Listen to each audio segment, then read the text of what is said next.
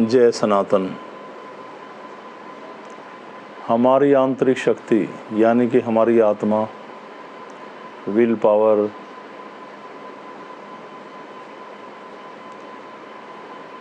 अगर ये मजबूत है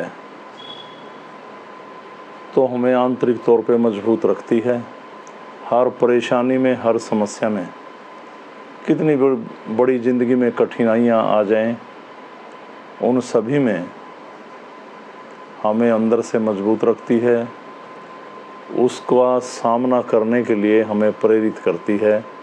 हमें अंदर से टूटने नहीं देती, बिखरने नहीं देती, और हर समस्या के समाधान के लिए हमें अंदर से जागृत करती है। हमारी आत्म शक्ति। इंसान अपनी ज़िंदगी में कुछ ऐसे काम कर बैठता है, किसी के लिए, किसी के साथ धोखाधड़ी, बेईमानी, किसी का नुकसान करना, विश्वासघात करना, कोई भी गलत कर्म करके पैसा कमा लेना, चोरी डकैती, उसको मार दिया। दुकानदार कुछ खाद्य सामग्री ऐसी बेचते हैं, आपने पहले भी कहीं भी अखबारों में पढ़ा होगा कि ऐसा सामान खाने से इतने लोग मर गए, नकली सामान बेच रहे। उनको पता है हम नकली सामान बेच रहे और असली का पैसा ले रहे हैं। तो ऐसे ही कारोबार में किसी भी बहुत भरोसा करने वाले आदमी के साथ विश्वासघात करके कमाया गया धन, हम खुद मन से तो खुश हो जाते हैं, पर हमारी आत्मा हमें चैन से सोने नहीं देती है। वो झूठ बोल बोल कर करी गई कमाई, वो झूठ बोल बोल कर किया गया विश्वासघात आपको बार बार झंझोड़ के रख देता है कि आपने गलत किया। मन से खुश हैं, पैसा कमा लिया, तो इससे हमारी आत्म शक्ति कमज़ोर होती है।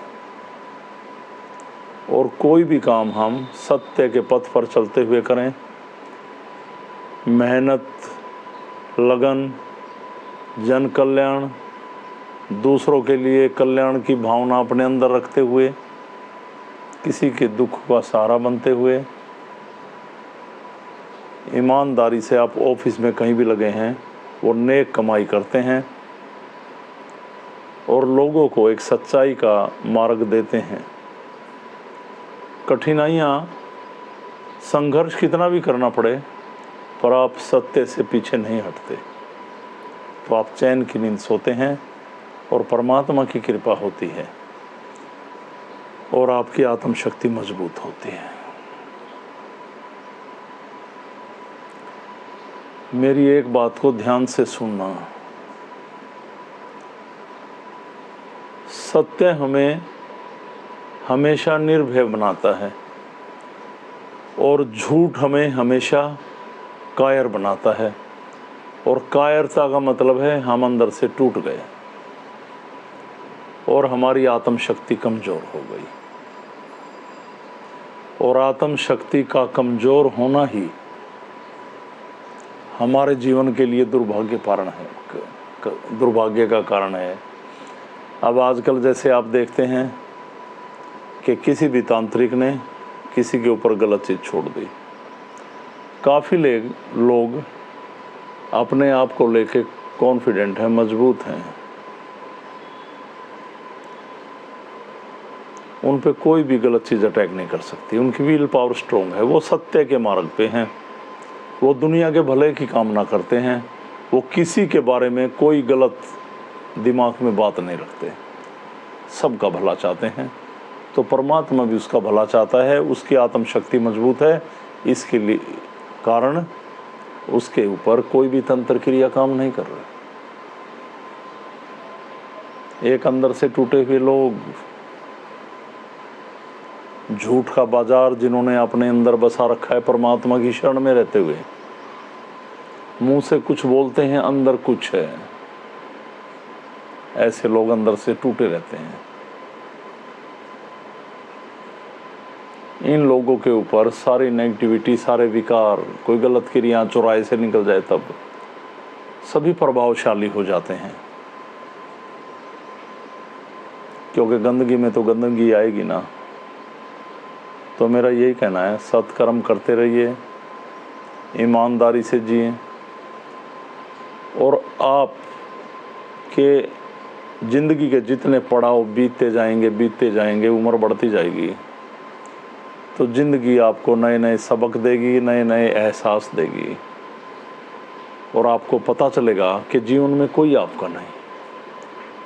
अगर आपका है, जो जो उम्र बढ़ती है, उम्र के पड़ाव बढ़ते हैं, आपको पता चलेगा वो परमात्मा ही बस अपना है। जो जो उम्र बढ़ेगी, सोच लो जिनकी उम्र बढ़ रही है, हर समय, हर रोज़, हर पल लोगों की बातें आपको एहसास कराती हैं कि आपका कोई नहीं। अपनी आत्मा को इसीलिए कहता हूँ, मजबूत रखिए, उस परमात्मा की डोर से जोड़े रखिए और उसकी कृपा के पात्र बने रहिए। मेरा बार बार यही समझाना रहेगा। जो हम संस्था में चला रहे हैं, लोगों को समझाते हैं, कुछ लोग कुछ समझते हैं, कुछ समझकर भी अज्ञानी हैं, वो भटकाव में हैं, किसी न किसी बात को लेकर बैठे यहाँ रहते हैं, उनका दिमाग पता नहीं कहाँ चला होता है। तो मैंने अपना जीवन अलग पुरुष गोरक्षनाथ जी की शरण में, इस सनातन की शरण में, इस प्रकृति की शरण में दान कर रखा है कि हे भगवान, आप मेरी ज़िंदगी में आए, मुझे आपका साक्षात्कार हुआ, आप सभी के लिए आरोग्य प्रदान करें, सभी का अच्छा मार्गदर्शन करें, अच्छी फीलिंग्स कराएं। और परमात्मा ही की बात कहते हैं, बोलने से कुछ नहीं होता। अगर आप आंतरिक भाव से समर्पित हैं तो मैं हर पल, हर समय आपके पास खड़ा हूँ। कुछ लोग दरबार में भी झूठ बोलकर चोरों की तरह बैठते हैं, नीयत में खोट। मुझे तो आप कुछ भी कह के खुश कर लें, पर परमात्मा आपके अंदर की सारी बातें समझता है, जानता है कि मुंह में क्या कह रहे हैं, अंदर क्या चल रहा। द्वेष, इस टाइप के मामले। काफ़ी साधक मेरी ज़िंदगी में गोरक्षनाथ जी की शरण में इस सिद्धि से जुड़े, जिन्होंने काफ़ी हद तक मेरा साथ देने की कोशिश की। और मैंने जब से भगवान गोरक्षनाथ जी की कृपा हुई, उनका साक्षात्कार हुआ, मैंने कभी यहाँ परिवार, रिश्तेदार, अपना पराया किसी को प्राथमिकता नहीं दी। यहाँ सब एक समान। कुछ लोग स्थान के नियमों को भंग कर रहे हैं, उन लोगों को मैं कह रहा हूँ, भाई आपको नहीं चलना है तो स्थान पे क्यों हाज़िरी देते हैं बेकार में, छोड़ दो। अलग परिवार में जुड़े हुए हैं, छोड़ जाइए, क्या फ़ायदा है। कुछ लोग शर्म से कि गुरुजी क्या कहेंगे, लोग क्या कहेंगे, इतने दिन से जुड़े हुए हैं, क्या कहेंगे लोग, क्या सोचना है। जब आपका आत्मिक तौर पे यहाँ पे दिल लगता ही नहीं, तो फिर क्या फ़ायदा है बैठे रहने का। और रहें तो समर्पित भाव से रहें, अपने दिल की आवाज़ को उठाएं, आपके अंदर क्या चल रहा है, क्या परेशानियां हैं। और जब आएँ तो ऐसे पढ़ के रोने लग जाएं, कोई फ़ायदा नहीं है। ये जीवन बीतता जा रहा है, लोग बैठे हैं, लोग आपकी चर्चा करते हैं। कुछ लोग, बहुत सारे लोग ऐसे ज़िंदगी में आए, और ऐसे भटके हुए लोग अपने जीवन को सुधारना चाहते हैं, परमात्मा की शरण में रहना चाहते हैं। अगर उन्होंने स्थान पे रहते हुए कभी ये फीलिंग की हो कि भगवान है, तो इस रास्ते को दोबारा से चुनें। ये जीवन है, एक सत्य के पथ को आप अपने जीवन में कभी भी शुरू कर सकते हैं। गलतियां इंसान से होती हैं, इंसान गलती का पुतला है, और भगवान का काम है अक्षमा करना। और सच्चाई के मार्ग पर चलने की ना कोई उम्र होती, ना समय होती, इसमें कोई बाध्यता नहीं। तो सिद्धि के मार्ग को अपनाएं, शारीरिक तौर पे और आत्मिक तौर पे स्वस्थ रहें। सभी के लिए परमात्मा से आरोग्य की कामना करें, एक निरोग होने की कामना करें, सभी खुशहाल हों, सभी का परिवार आगे बढ़ें और अपने बच्चों को अच्छी शिक्षा दें। बच्चे, बहुएं, बेटे, पत्नी या पति। और किसी को लगता है कि गुरुजी कोई गलत रास्ता हमें दे रहे हैं तो कमेंट्स में लिख देना।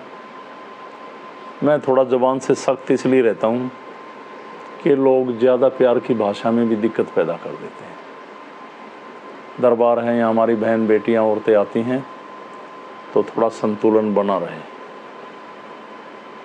ये सभी को पता है गुरुजी अंदर से नरम है, बाहर से सख्त है। तो ध्यान रखें और मेरे से बात कर लिया करें, कोई भी बात है तो परेशान ना हो। ये पथ आपको बड़ी मुश्किल से मिला और इसको मैं तो कोई देने वाला नहीं हूँ। मैं भी उस परमात्मा की नौकरी कर रहा हूँ, उसकी आवाज़ आप तक पहुँचा रहा हूँ। कोई पाखंड नहीं, कोई बेकार की क्रियाएं नहीं, उल्टे सीधे अनुष्ठान नहीं, सीधा उसका मार्ग ध्यान, यज्ञ और जन कल्याण। और अभी 21 तारीख को गुरु पूर्णिमा है। मैं हरिद्वार में जाऊंगा, कुछ साधक मेरे साथ होंगे और वो एक चिमटे की दीक्षा दे रखी है। वो साधक इस यज्ञ में शामिल होते हैं। इस यज्ञ में और कोई आहुति नहीं डाल सकता। उससे अगले दिन एक इष्ट का यज्ञ होता है। कोई भी लोग आए हों वो उस यज्ञ में शामिल हो सकते हैं और जो इस यज्ञ में शामिल होना चाहें वो विकास जी से, कमल जी से फ़ोन पे बात कर सकते हैं, यहाँ स्थान पे अंकुश से बात कर सकते हैं। तो ज़िंदगी में कितने भी परेशानियाँ आएँ, कितनी मुसीबतें आएँ, कभी घबराना नहीं और परेशानियों में गलत सहारा मत लेना, शॉर्टकट मत अपनाना। मुसीबतें कितनी आए झेलना, संघर्ष करना, पर सत्य का मार्ग मत छोड़ना। मेरा बार बार यही कहना रहेगा। तो सभी को मेरी तरफ से ओमलक प्रणाम। इस रास्ते पे चलें, सनातनी बने, प्रकृति का ध्यान लगाएं। प्रकृति से सकारात्मक ऊर्जा आपके घर में यज्ञ के माध्यम से आती है, वो आपको समझा रखा है। सभी को ओमलक प्रणाम। सनातन धर्म की जय। प्रणाम सभी को, प्रणाम।